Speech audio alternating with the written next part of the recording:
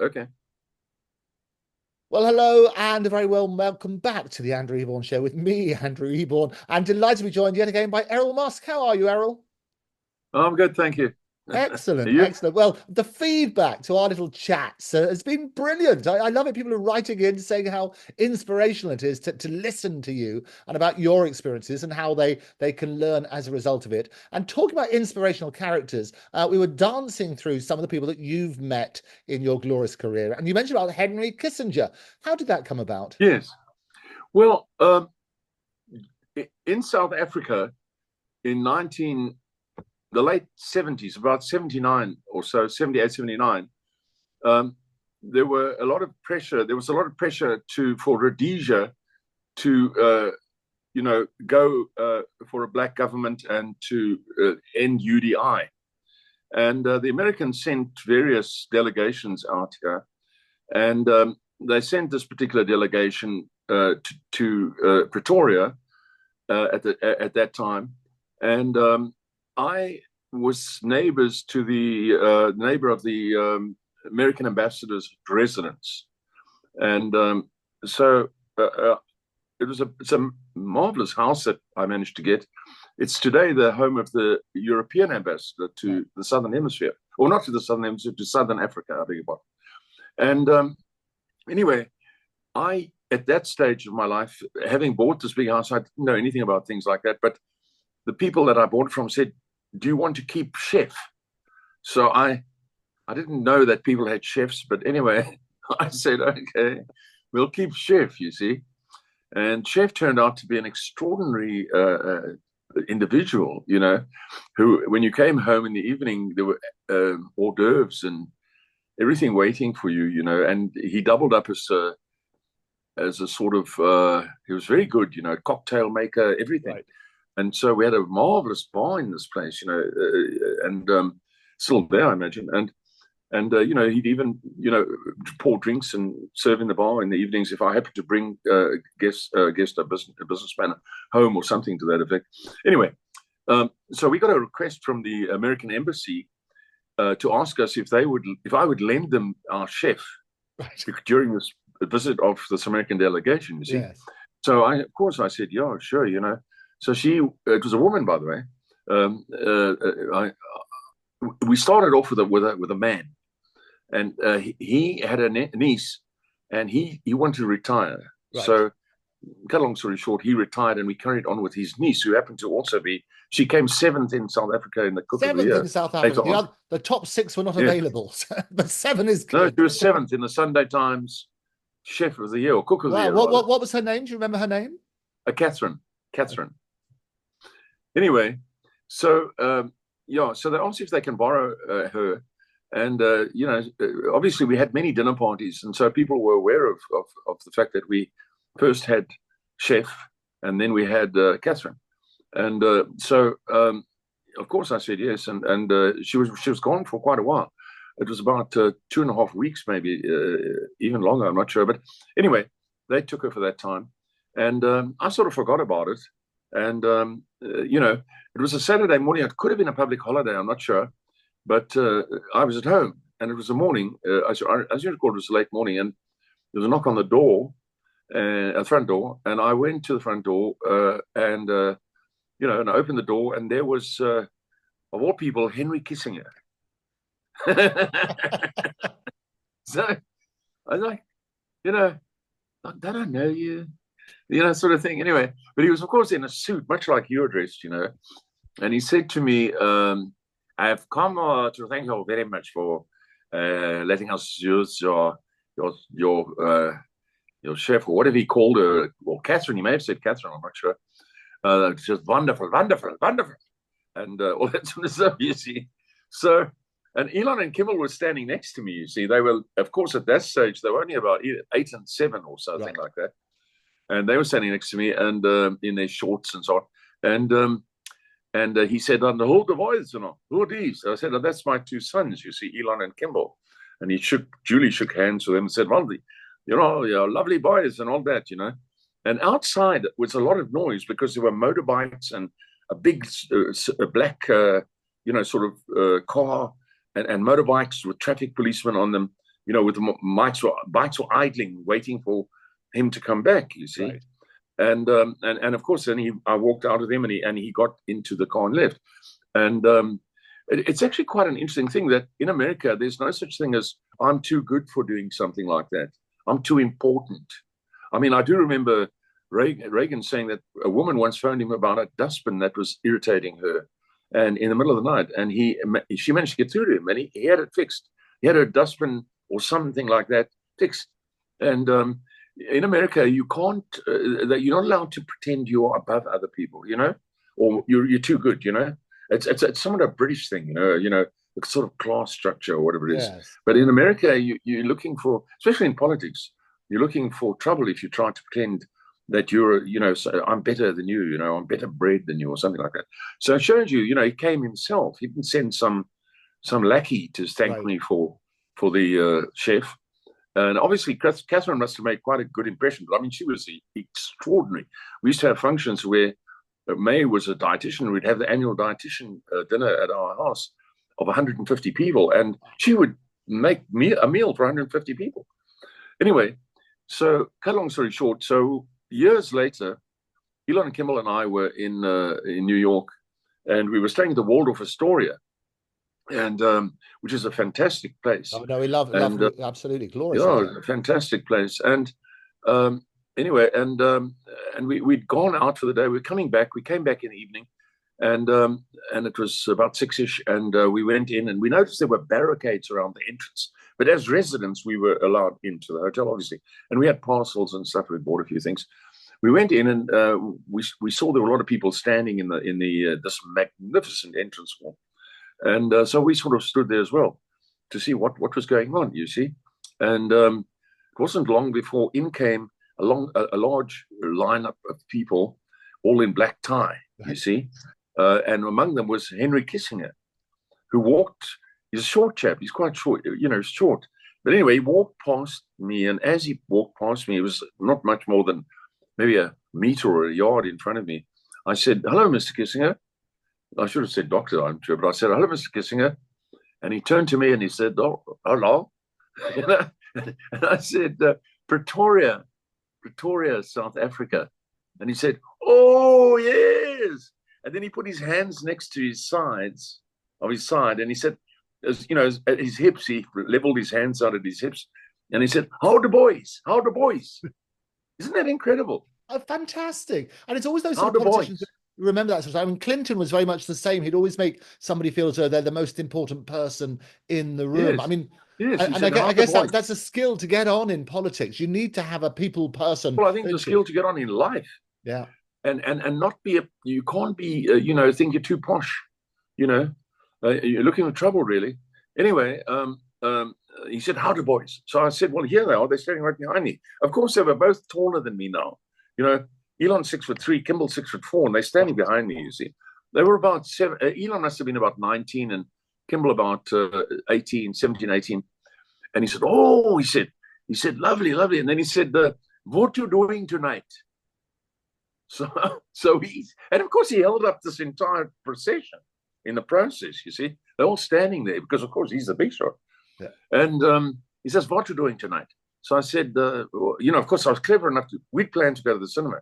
But I said, "No, nothing." So he said, "You want to go to a party? You want to go to a party?" I said, "Yes, we'd like to go to a party." He said, "Right." He said, "I must go on now, but I will send somebody for you. And then they will explain to you where you're coming to the party." And off he went, you see. And so we stood there for a while, and it wasn't long, 20 minutes or so, before another chap came, a huge bloke. He must have been as tall as Kimbal, 6'4", an older man, also in a tuxedo. And he said, "I'm looking for Mr. Musk," which also, he could have said that. I think he said that. And I said, "Yes, that's me," because I obviously Kissinger, I'd mentioned that I must have said we Musk. Anyway, so I said, "This is us." He said, "Right, Henry sent me to collect you." So I said, "Oh, okay." He then said, as Americans do, "I'm president of the Motion Picture Association of America." Brilliant. You see, I'm president of the Motion Picture Association of America. I said, oh, that's nice. Anyway, obviously, he was a very important guy, you see. And then he said to me, you got a tuxedo? I didn't have a tuxedo. So I said, unfortunately, no, I don't have a tuxedo. He said, oh, that's a problem. He said, look, go and rustle up a tuxedo and come to the function. It's in the main hall, or main hall of the Waldorf Astoria. And in the meantime, the boys, they don't need a tuxedo. He said, they don't need a tuxedo because they're just boys, so they can come as they are. So off he walked with the boys, you see, and I stood there. Of course, there's no way I could rustle up a tuxedo. Anyway, after waiting a certain amount of time, I did go to the entrance, and I explained to them that my boys are inside and everything, and I was wondering what I could, And they said, look, you can't join the function, but you can sit in the gallery of this. They had like these opera boxes around the main place, and you could sit in there if you like, and we'll serve you drinks and stuff, but you won't be able to join the actual function. I said, well, that's perfect, So I joined that, and the boys went in, and they were put at a table with people like, one of the people they put with was at the table was Paul Simon, and so they spent the next 3 hours having in-depth, high intelligentsia discussions with Paul Simon, and as it happened, there were a lot of people like that at the function. So I was able to watch people like Bruce Springsteen give us a song, Bruce, and all that sort of stuff. He was there. They said, give us a song. He got up and he said, started singing Born in the USA. And so on. So it was quite an experience. I never actually saw Mr. Kissinger again. Right. He was obviously a guest of honor of some kind, but I never saw him again. I only saw the boys when the event was over. So, they were very matter of fact. But it was good, Dad. It was nice. We enjoyed it. No, but that's lucky. That's what's glorious about it, because if you're growing up, Errol, with sort of people, yes. That's the story. Yeah. But what's great, as you say, is Henry Kissinger remembering all those years, because if Errol and if Elon and Kimbal were only about 6 or 7 at the time, and it's a good 10, 12 years afterwards then. No, he said, he stopped, he said, how'd the boys? Yes. Put his hands next to his side, as though they were still, about 4 feet high or something, 4.5 feet high or something, 4 feet high. And, and he's short anyway, but he, and I said, no, they're here, they are behind me, and,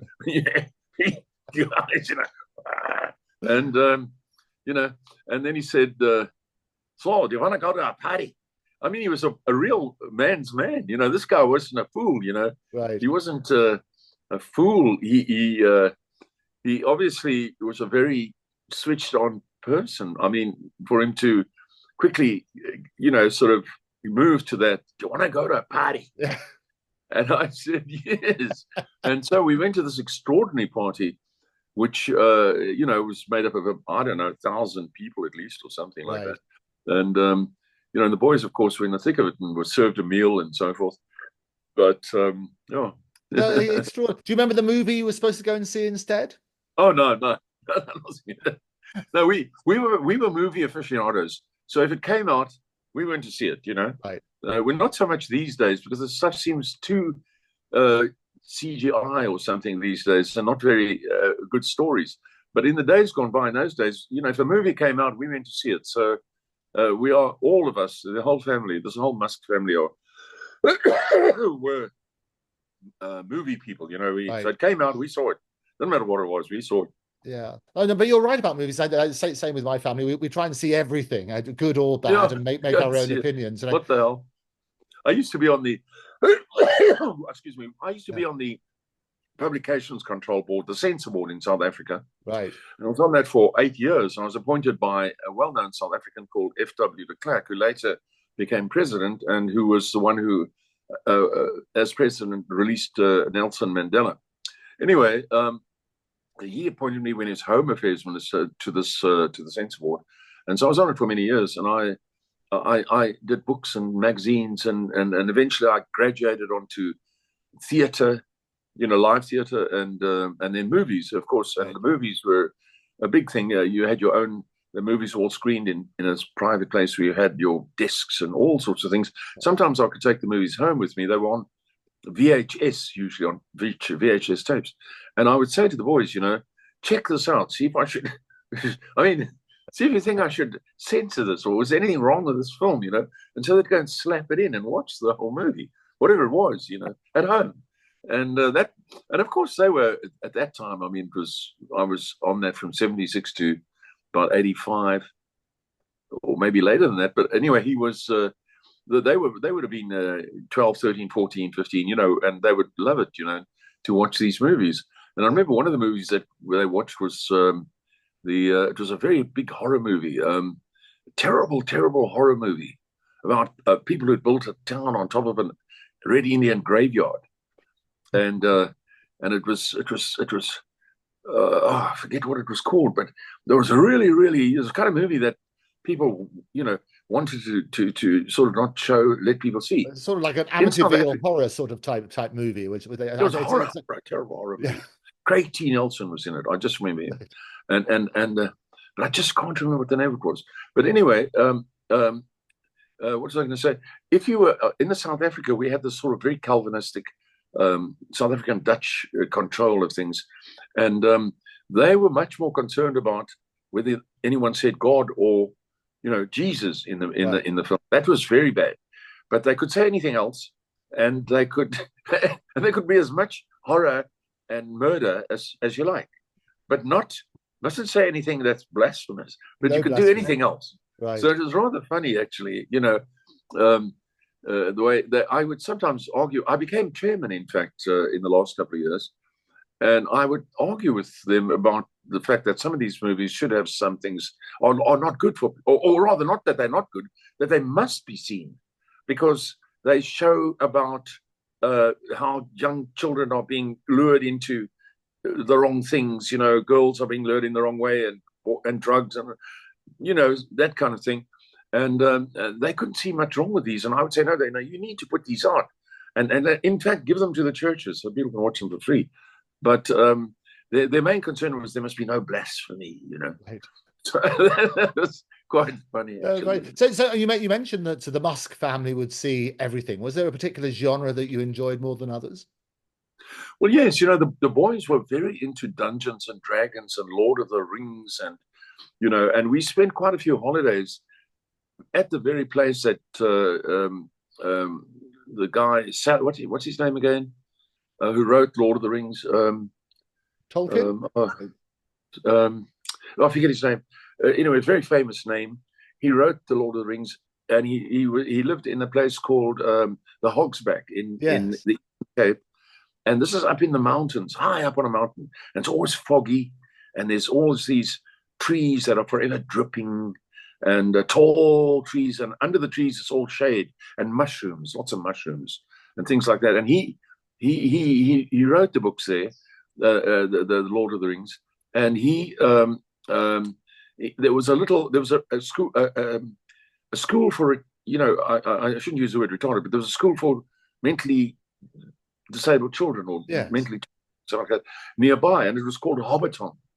Hobbiton, and so of course he drew from that, and in his books there were the hobbits, you see, and these were little people who were very smart and who helped the heroes through all the trials and tribulations of the Lord of the Rings. Right. And so it's rather interesting. And so the boys, they grew up in that environment, and they loved that kind of thing, the Dungeons and Dragons, the Lord of the Rings, and so forth, Yeah. And then, of course... Tolkien, I was saying earlier. Oh, yes, Tolkien. Yes, he wrote it. Incredible. But also you had we were speaking about this beforehand. You had they enjoyed the comedies, particularly things like Monty Python. Oh yes, no, the boys were crazy about Monty Python. I mean, we, if it was banned, we somehow managed to get it. Somehow they would get it. I mean, they absolutely loved Monty Python, and they, obviously still do. I don't know anybody who doesn't, actually, for that matter. And sometimes I do watch Monty Python lately, in nowadays, and some of their skits are actually incredibly simple, Looking back at the time, they were marvelous. And nowadays I think, well, that's just made in the kitchen sort of thing. That skit was just made in the kitchen. It wasn't even, not much effort went in there, But at the time they were marvelous skits, Yeah. Don't you think? Oh Yeah. no, and they survive the test of time. And this you still see them today, and they're held up as classic ones. But thinking about, I mean, South Africa, and you turn around and say it was blasphemy they're more concerned about. How did Life of Brian go down? Oh no, that was banned outright here. We never. I saw it for the first time overseas. I don't. I forget when it came out, but it was quite a long time ago that it came out. Must have been over 20 years ago. And I saw it for the first time overseas, which I thought was a brilliant film, and I thought it actually did great justice to the Jesus story. It was wonderful. It was an aside, and it gave a really good sort of background to the kind of things that went on there. I mean, there's no doubt about it. I didn't see any harm in it. It was wonderful, and the cruelty of the Romans, for example, and so on. No, it was lovely, and of course it's always rewatched. I mean, you can watch them over and over, and you miss something each time, and then the next time you see, hey, I missed that the last time, Right. I can never forget the one scene where the crowd is in the background, this huge crowd, and Mary, Terry is standing at the top in the window frame. He's dressed as Mary, and he's saying to this huge crowd who all after wanting to see Brian, who they assume is Jesus, you see, but of course they've made a mistake. But anyway, they think it is, and he says, you're all unique. You mustn't follow one person. You're all unique. Every one of you is unique. And then a little guy at the back puts his hand up and says, I'm not. Oh, we love it. I mean, it's so good. It's brilliant. And people still quote those wonderful lines, don't they? And they sort of say, he's the Messiah. No, he's not a Messiah. He's a very naughty boy. No, there's so much in it. What have the Romans done for us? Well, they put in schools here. Yeah, but apart from that, well, they put in a lot of roads, all the roads. Yeah, but apart from the roads and the schools, what have they done for us? Well, education. All right, apart from the roads, education and everything. What else have they done for us? Well, they've put in sewage and everything. Oh, but apart from that. So did you have, as a Musk family, did you have sort of movies you always came back to every Christmas? I mean, you had the old cassette players. You always play the Disney movies or whatever. There's a movie we loved a great deal, which we bought and watched over and over. We're called The Three Amigos.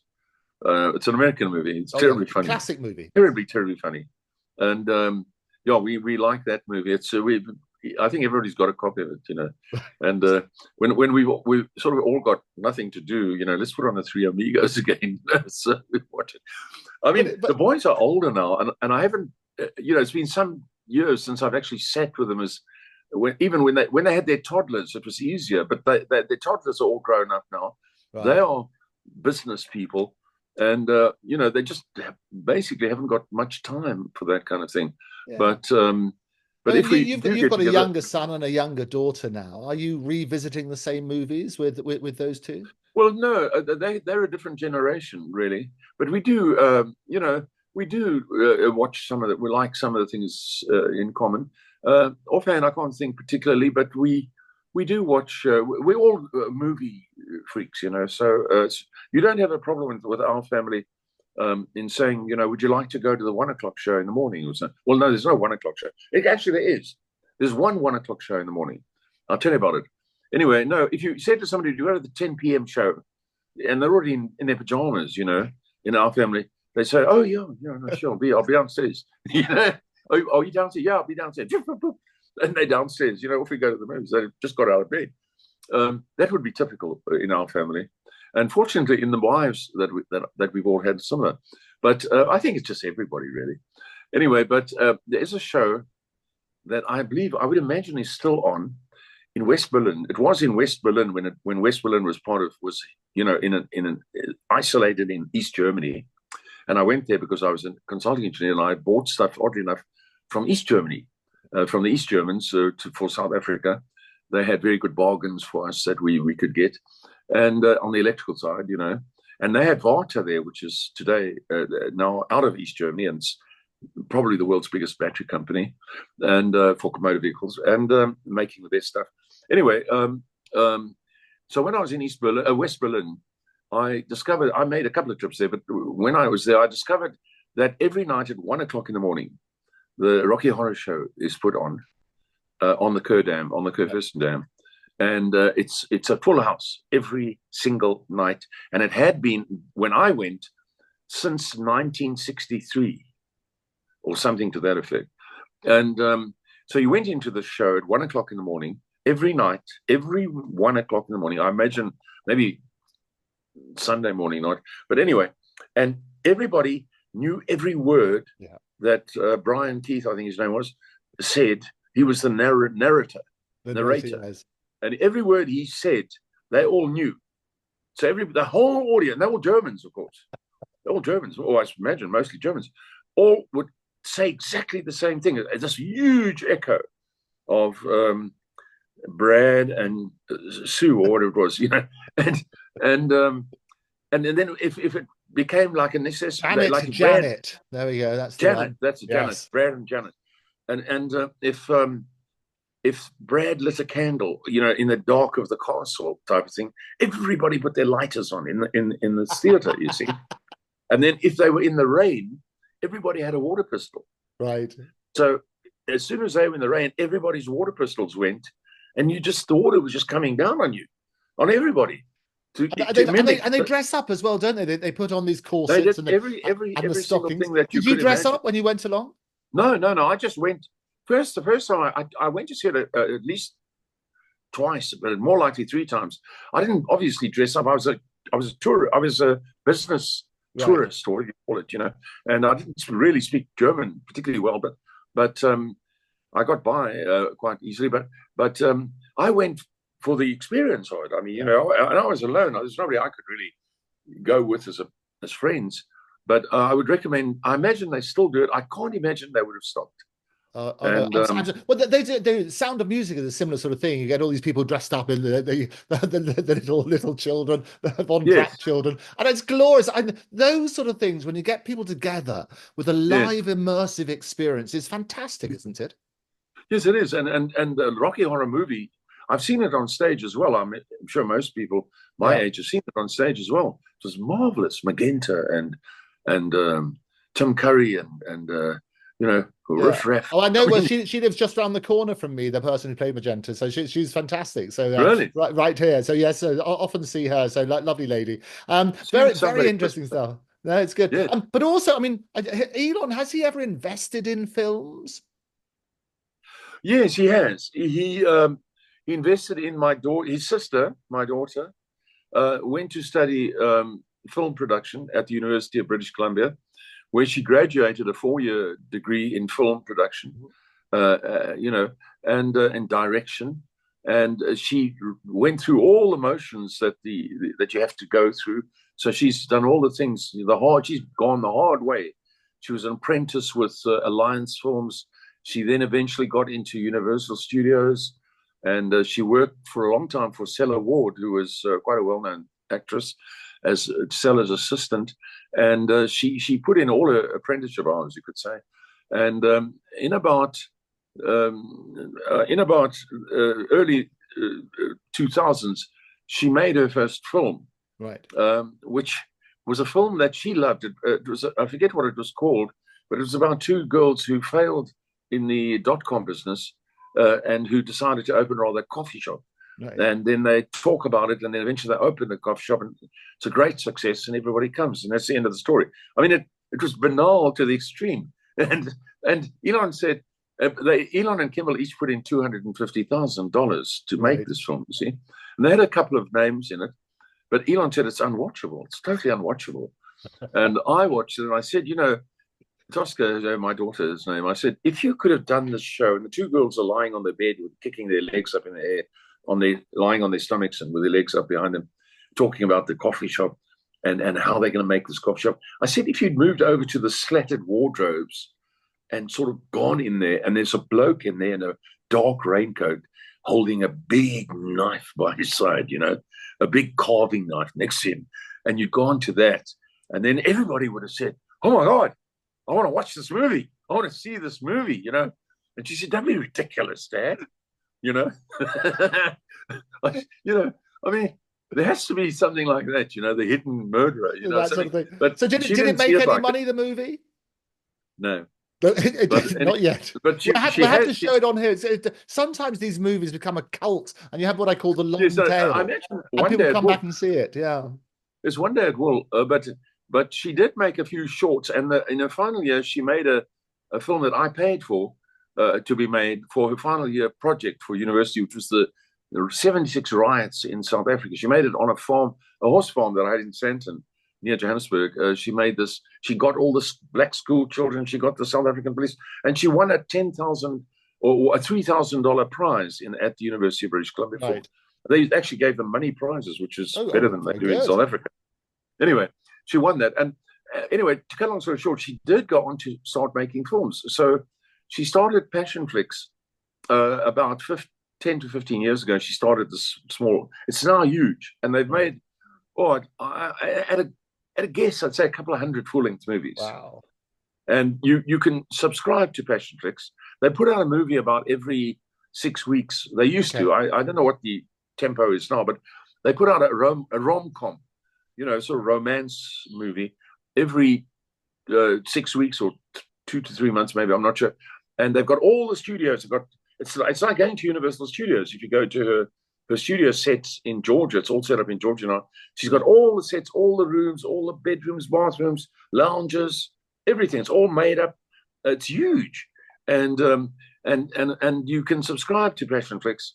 The movies are not bad. I've watched a few of them. They're much, of course, now they are quite good, and they actually sort of have well-known people in them a lot of the time, any of the time, and and they're good. They're good romance. And did she take your advice? Has she put a man in a cupboard with a knife yet? No, she made that first movie when she was still, relatively, young and idealistic, And for her, it seemed a very good story that these two girls, one girl had lost all her investment in a .com business and then was persuaded to open a coffee shop instead. Yes. And they went to town decorating this coffee shop, and then they had the big opening, and it was a big success. The end. Glorious. And has Elon or you, have you invested in any of Passion Pictures? Have I what? Have you invested in any of Passion, the current company, Passion Films? Oh, no. Elon has financed, Elon and Kimbal have financed Passion Flicks. I mean, there's a lot of money gone in there. Last I heard, I know they put $20 million into it. Wow, okay. Into Passion Flicks, to get it going. I mean, it takes that kind of money. It doesn't really even go that far these days. I mean, it's like these adverts they do in America for the presidential election. $10 million is one short 30-second ad through all the TV channels, through all the stations, the 10,000 odd stations in America on one day, and that's $10 million. And each station gets about $4,000 for putting it through. I mean, amazing, isn't it? It's terrible. Big money. Terribly expensive. Yeah. Right? No, absolutely. Anyway. Well, I have the joy each year. I go down to Cannes and I host the drama awards down there. So I'll be going for something called MIPCOM, which is the TV market as well. I'll be doing that again. And it's wonderful seeing the people there. And it's wonderful turning around. It's like a big family, I think, the film industry. And you're right. You have hits and you have failures, but you're only ever as good as your last movie. And that's the problem, isn't it? Well, the art world is something that I'm the movie art world and stage and theater and all that sort of stuff. I've had a go at it. It's a certain brand of person, and these type of people don't really care about money, or seem not to care about it. All they care about is whether their art, their thing. It's actually quite nice to see that. They're not selfish, they just they'll put their last dime into a thing, And I think that's the problem. People always forget that show business, you need both sides. You need the show, but you also need the business side. Otherwise, everybody suffers. So it's got to work. Well, yes, the movies that are made, they have to try and get them distributed. And I learned through my daughter that distribution is the big thing. And the distributors are Paramount and Universal Studios and so on, and if you don't go through them and you don't have their sort of power backing, you've got a big problem on your hands. And you can try and go to the Sundance Festival or something like that as an indie festival, and then you can ask for a slot, and they will show it. And I think one of the movies that went there to the indie festival was The Pianist. Yes. Brilliant with movie. Loved it. Adrian Brody, Yes, fantastic and movie. and it was then agreed they would distribute it. And I was in LA at the time, and this was now, let's see, about 22 years ago, and they put it on at a very out of the way cinema, Right. way out of the center of Santa Monica, an old creaky cinema that, like from the 60s or 50s or something. Yeah. And you went into the things, one of those that sort of went down like that. The seats went down like that and up, and you just saw seats in front of you in that sort of smelly theater, And I decided I want to see this movie because I heard about it, and I went there, and I kid you not, there were 3 people in the cinema. 3 people. I was with 2 others. Right. And I watched this film, and I couldn't believe it. It was extraordinary. I immediately got hold of the book written. It's a true story. Yeah. And I immediately got hold of the book, and written by this Spielstein guy. And I read it. And then I decided I'm going to, a few weeks went by in Santa Monica, in LA. And I tried to tell everybody, you have to come and see this show. Yeah. You have to come and see this show. And eventually, what's it about? Oh, it's about the war. Oh, the woman, I don't want to see that. But anyway, I persuaded people to go. And eventually, we went all the way back because we lived in Malibu, which is some distance away. And we all went down to see this movie. And when we got there, I presumed we would just be able to walk in because nobody's going to be there. Right. It was chock-a-block. And somehow or other, we did get in. I think we had to wait for the next screening, right? Because they were screening like every couple of hours, and to get in, it was full, absolutely full. The second time, there was not a seat left in that cinema, and it went on to win all the awards at the Oscars. Absolutely fun. And what it does, Errol, it shows the power of a good story. That's what you must remember, is the great writers that make it. We have to take a quick break. When we come back, we're going to be looking a bit more about the other members of your family, including Kimbal and the food empire that he's built up. Yes. But for now, Errol, thank you very much for joining me. Okay.